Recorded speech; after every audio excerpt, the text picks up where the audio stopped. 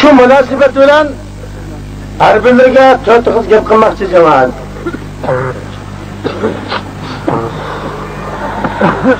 Allah subhanahu ve taala Kur'an-ı Kerim'de estaizu billah Tebârekellezî biyedihil mulk ve huve alâ kulli şeyin kadir.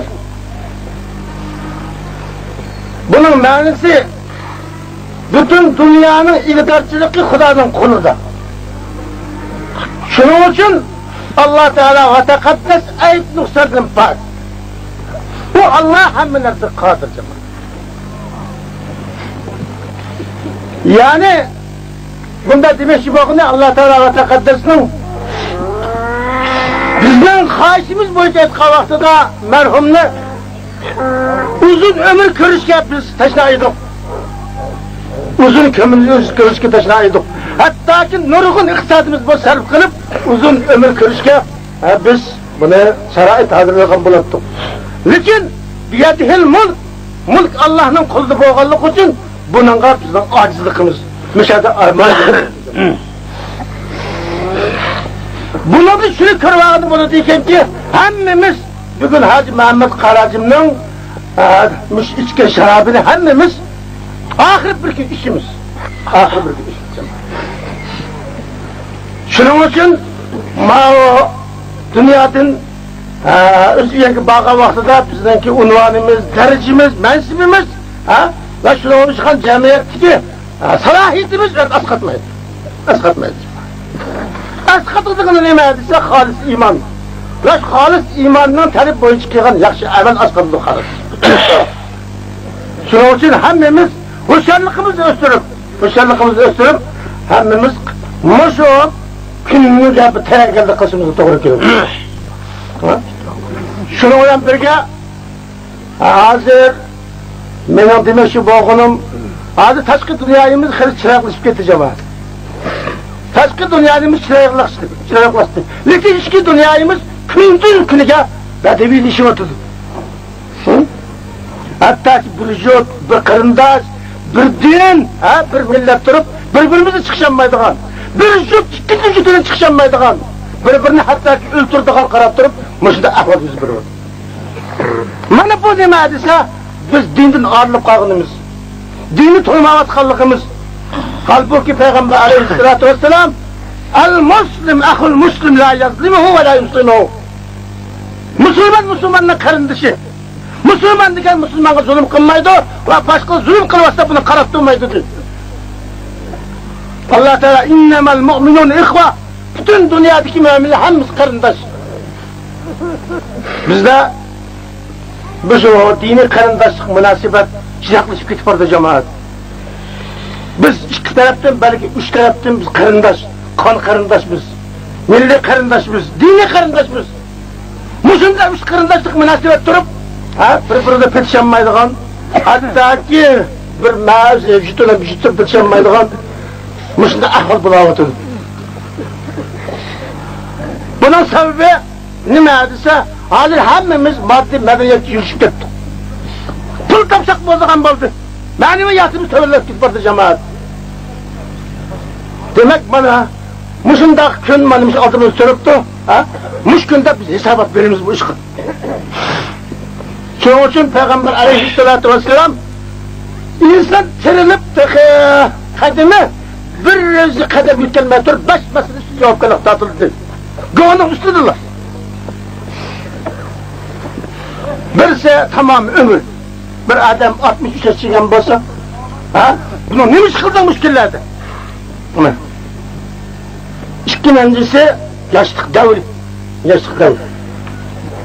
Muhterem yaşlı faziletlerimiz adı dünya kas yakında gitip vardı. Biz neymiş kılıyatımız? Pul tapmanlar demeyimiz, pul tapmanlar. Lekin başka mandağı biz marifet. Bizim maneviyat hayatımızı özü beyteylik. Yani dinini yaxşı düşüneylik. Dini meselelerini yaxşı yüküneylik. İtikadımızı yaxşılaylik. Bu nayet uluq nimet cemaat bu. Uluq nimet bu. Şunun için hazır bizim yaşlarımız, bazı yaşlarımız özünün navkan hayatını kurban kılıvatıdır. Her türlü yaman işler şukulluvatıdır. Hatta çekivatıdır. Ha? Özünün vicdanını kurban kılıvatır cemaat.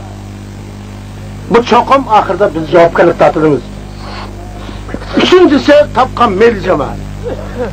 Halal taptın mı, haram taptın mı? Mana javobgarlik tatılır. Onun kendinden halal tapkan bolsaң ne işlettin? Bu dördüncü mesele. Beşinci mesele alimler. Ha? Bunu kanda ürettin. Özün kanda amel kıldın, başkalar kanda ürettin. Bu beş mesele javobgarlik tatılımız. Şunun için muhterem köpçülük cemaatlerimiz biz şu itikadını çiğ tutup İslam'ın her nesik münasebetle tıkım müstakemlep bugünkü hem bizim merhum hem hafız-ı kalamullah idi. Kur'an'ı nahayet yaxşı okuydu. Hem şundakla bu zat hayatıda ilimni nahayet yaxşı düşüngen, dinini yaxşı düşüngen müteber zat idi. Bu yani mındaş kılıp etken vaxtda bizning bütün arç ahlemet, bütün Şinjan'daki Müslümanların ustazı boğan Hatavacim'ninki kaldıkan izid. Bugün bu zatın arılıp kaldık.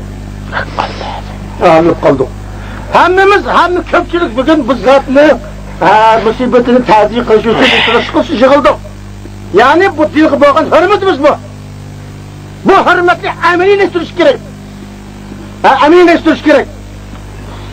Bunu demek Allah'ın sözü, Allah'ın Resulullah'a boğan hürmetimiz aşkan vaxtıda tekimi bu eminleşken buldu cemaat. Vakit münasibeti bilen ben sözümü kısalttım ben. Allah Subhanahu ve Teala hemmimizge Cenab-ı Allah ittifaklık, indavlık ata kılsın. Allah Teala hemmimizi sırat-ı müstakim hidayet kılsın. Allah Teala hemmimizi sırat-ı müstakimde müstakim toğun nasip etsin. Allah Teala yaşlarımıza insaf, tevfik, hidayet ata kılsın. Merhumunun Allah Teala günahını mağfiret kılsın. Allah Teala o kişiye rahmet kılsın. Allah Subhanahu ve Teala o kişinin orduna cennet kılsın. Allah Teala kabr azabı ve şundakla davzak azabını Allah üst parayı saklasın. Bu kişinin içki dünyasıga çuңqur tushundigan bo'lganligim uchun jamoatlarimizga bir ishga qiz to'qib bermoqchi. Gerçi bundan burun hech qanday bir ommaviy so'rovlarda so'z qilmagan bo'lsam-mu, ustozimizning oldinlarida bugun farzand va saboyatim bilan so'zga chiqib qoldim. Birinchidan marhumning bu dafn marosimiga jiroqdan kelgan do'st birodarlari, qadrdon ustozlarimiz, ulamolarimizni o'sha kelgani uchun ko'pdan ko'p rahmat. Gerçi ulam hammamizning boshida bo'lsa-mu, marhumdagi haqqoniyatchi, xalqparvar, dinni cho'nqur tushunadigan bir kishining bir qadar yosh ketgani uchun cho'nqur qayg'uramiz. Yuqorida ustozimiz aytib o'tgandek, eng muhim masala mayli kim bo'lsin qat'iy nazar, bularni diniy ulamolar nisbatan tushunish masalasi eng muhim masala. Cenab-ı Allah İslam dinini faqat ibadet uchun yaratgan emas. Allah Teala'nın İslam dinini insaniyetga güzel cemiyet, ahlakını asaslaygan, insanlar baxtli yaşaydigan güzel cemiyet üçün, qurish üçün ham tushirgan. Cenab-ı Allah davri bilan qasam vel asri innal insana lafi khusr. Davri bilan qasam dedi Cenab-ı Allah. İnsanlar musli yaşayotgan davri bilan kainatning, bütün falakiyatning harakatini shakllantiradigan zaman bilan qasam. Bütün insaniyet ziyonkor. Ularning hammasi ziyon tortgan. Cenab-ı Allah bu insanlar arasidagi foyda oladigan insonlarni tasvirlab Cenab-ı Allah da'vatida o'zining tunishini, ya'ni dunyoda bir haqiqat bor. Allohdan iborat yaxshilikqa, yomonlikqa, bu dunyodagi tengsizlikning oqibatida yaxshi jazo beradigan, yomonlikqa o'zininki jazosini beradigan, shunday bir zot bor deydigan tunishga kelgan kishilar. Ikkinchidan, mushu turmushni chiqish yo'li qilib turib, yaxshi amal, oila avlodi, butkul millat, butkul islom allari uchun yaxshi amal, yaxshi niyatda bo'lgan kishilar. Uchinchidan, o'zaro bir-birisi qo'l tutishib, haqiqat uchun kurash qilgan kishilar. Haqiqatga vasiyat qilishgan, bir-biri bilan qaror qilishgan kishilar. To'rtinchidan, Janobi Allohning bu haq kalomini, haqiqatini insoniyatga taritish, shuni yetkazish jarayonida yetgan azob va kulfatlarga sabr qilgan kishilar. Mana bu 4 xil kishilar insonlar orasidagi ziyonkor emas, bu hayotdan unumli foydalangan kishilar. Muhtaram jamoatlarimiz, marhumning ko'nglida yuksak orzu armonlari lab tugatkisiz. Sharoitning qisligi, nurg'un sabablar tufaylidan bularningki hech qaysi amalga oshmagan. Ikkinchidan, marhum 5 yil burun o'zidan bu saqaymaydigan kitil girdob bo'lganligini bilgandan keyin ruhiy favqulodda tushib ketgan. Shundan keyin ijtimoiy faoliyatligimi qatnashamaydigan. Garchi xalqning kulfatini, xalqning beshidagi g'am qayg'ini bilib tatishdan iborat bu orzusi bo'lsa-mu, lekin boshqa odam o'zi biladi. Janobi Allohning bu ishni his qilganligi uchun marhumning aytgan yerim bo'lganligi uchun bu ishdan ayrilib qolgan. Demak,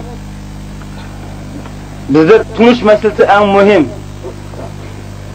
Endi Janobi Alloh bu Val Asr surasida 4 asosiy prinsipni o'tirib qo'yishning maqsadi haqiqiy inson ziyon tortmay yashayman deydigan bo'lsa, mush prinsipni chetlamasin deb, eng oxirisida mush haqni taritish yo'lida sabr qilgan kishilar da'vatida.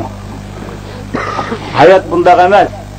Alloh taolaning bizga ko'rsatgan hayoti bunday emas. Agar biz haqiqiy hayotni yashaydigan bo'lsak, Janobi Allohning mush 4 prinsipida, islom dinidagi mush 4 asosiy prinsipdan turadigan bo'lsak, bizning hayotimiz boshqa hayot bo'ladi. Qandaqdir ulamolarimizning aytgandek, bu dunyo kafirlar yashaydigan, musulmonlar xoruldigan dunyo emas.